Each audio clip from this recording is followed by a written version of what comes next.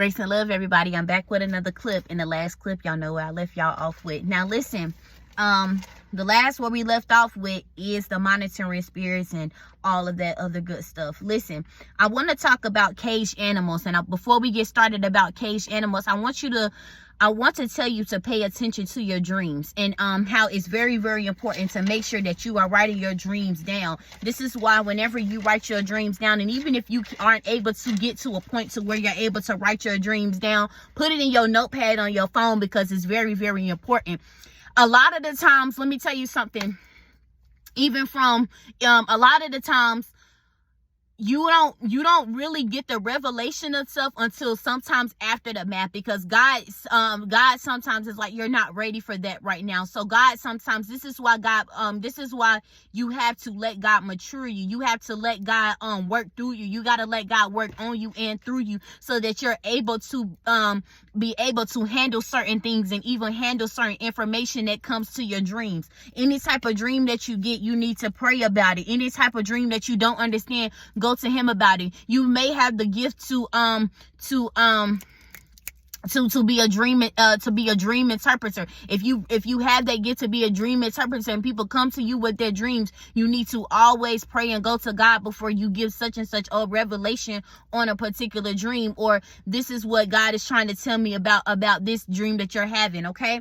Now listen, now there are some people that are very, very gifted, and you can tell them a dream, and I'll bet they can say, hey man, hey sis, this is what you're battling with. This is what you need to break away from. One of the things I really want you to understand, I don't have my other notebook to where I can get really, really in depth with it, but I want to let you guys know something. Animals are very, very significant in the dreams, and anytime you have dreams about different many different animals, I know if you're dreaming about a lizard, that is the spirit of fear. Now, if you're dreaming about caged animals, where you're in where there's a animal is in a cage, or you're in a cage, or you find yourself, you're having dreams of you like being locked up, or you being like imprisonment, or you're having so many different dreams, like of animals and stuff like that, like foxes.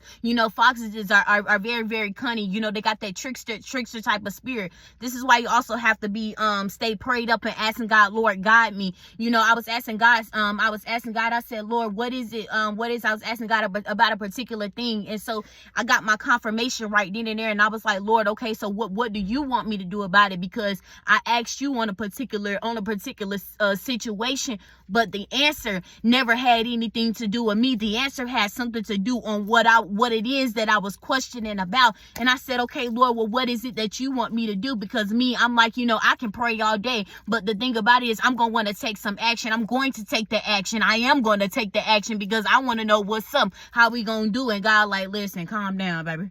Calm down, baby. Calm down, little girl. I got this. Oh my God, what we doing? What we doing, God? What we doing?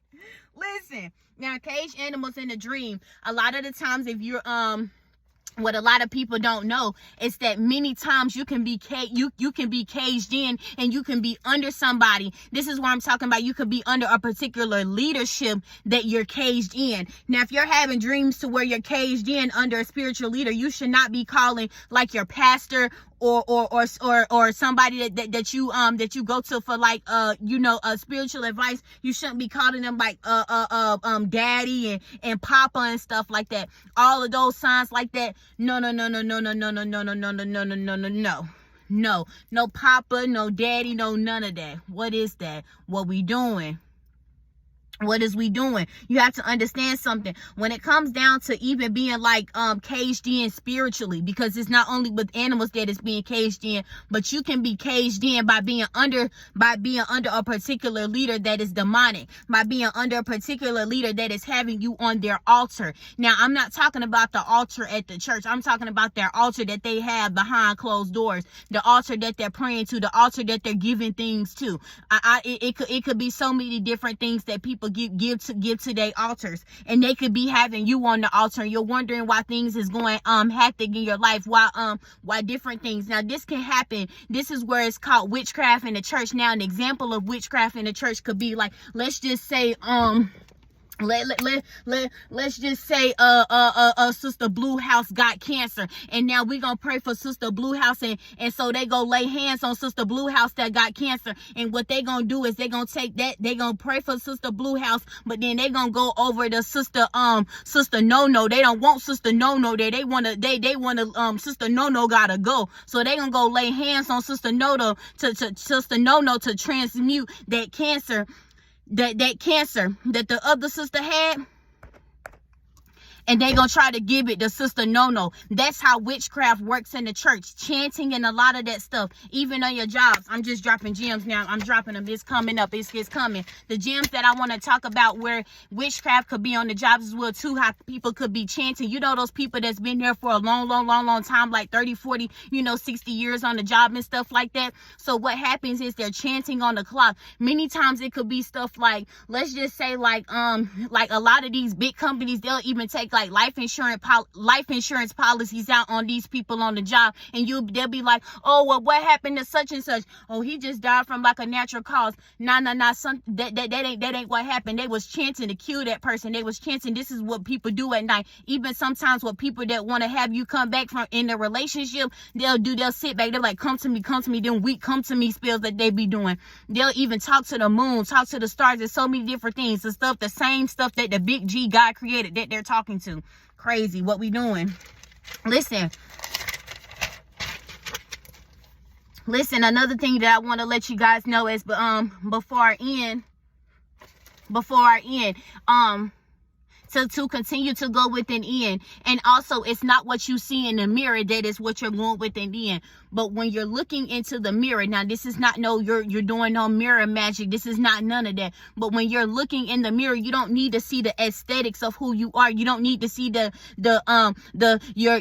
wig. You don't need to see your lashes. You don't need to see your pretty skin. You don't need to see your plump lips. You don't need to see all of that. But you're supposed to see something deeper. Many times on a spiritual standpoint, you're supposed to see that beast that's inside of you that is supposed to come out. That beast on a spiritual level, to where anything that you say, anything that you decree and you declare, it's gonna be done. It's gonna be canceled. It's gonna work out in your favor. This is where I want you to, and I'll leave you with this. To keep all of your moves silent. And also sometimes you may have to 100% not tell anybody at all. And so if you notice how many times you would say something to a particular person, let's say if you say something to a particular family member, and you will notice like, wow, every time I tell them something, it just don't go in my favor. What's wrong? It's like that's a blessing blocker. That's a blessing blocker. And so let me tell you something of how you defeat these blessing blockers. You just shut up to them. Don't say nothing to them at all. They want to know what you got going on. They want to call you. They want to text you. They want to know everything about your life, but they not going to tell you about their life. They'll tell you about everybody else's life, but they not going to tell you about their life. Them is the type of people that you got to stay away from. Them is the type of people that you got to really put on the block button. Them is the type of people that you really got to let them know you messy and I don't affiliate with you. You got to go. Goodbye. Cut them off. Block them. Keep it moving, because a lot of these people, they know what they doing. And so many times some of these people looking back, they sent back like they have nothing to lose. And so their whole goal is that I have nothing to lose. I have nothing to lose at all. So I'm just going to, bring you down. I'm just going to continue. They probably tried to they probably tried to take you out so that you weren't making it to the new year. And now that you made it into the new year, they got a new plan. They like, well, since I couldn't take you out before the new year, now I gotta mess up your new year because it didn't work out for me. It didn't settle for me. I didn't get the benefits that I thought I was gonna get. It was promised to me that I was gonna have all of this. It was promised to me that I was gonna have all of that. If you suffer, I was gonna have all of that. And it didn't happen. That is because you're covered under the blood. Anytime somebody tries to do things to or speak things over your life, this is what a lot of people do. Like I said, it's not even about just candles and all of that stuff and Ouija boards and all of that stuff. It's not even about that. Many times they'll just sit around in a circle and they just talk. They just talk. They feet crusty and they still talking, baby. It just don't make no sense. Listen, another thing that I want you to know is that, like I said, Keep all of your plans to yourself and go to God about anything, because he is going to guide you. And so what you have to realize is, like I said, is that you're fighting for a greater cause. You're fighting for a greater cause. There's a shift that is taking place. And so the shift is you're fighting for what you love. You're fighting for what you love. You're breaking generational curses every day. And listen, going back, let me give you guys a gem right quick. I just came to me with the Lucy demon that tries to keep you lazy. Listen, this is if it's sent out to you, because what you have to realize is that how energy is very, very important. And so when you're laying down, if you're laying down, you really can't, you really can't do much. You really can't versus when you're up and you're active, you can do a lot more, versus when you're down. Also, on another spiritual standpoint, I'm gonna have to get into that later, but there's a shift that is taking place that I wanted to let you guys know. There is a shift that is taking place, and the shift is a good shift that is taking place. And so the shift that is taking place is the shift of what I mentioned in the scheduled attacks videos of the curse breaker, and how if you want to be a curse breaker, the curse breaker starts with you.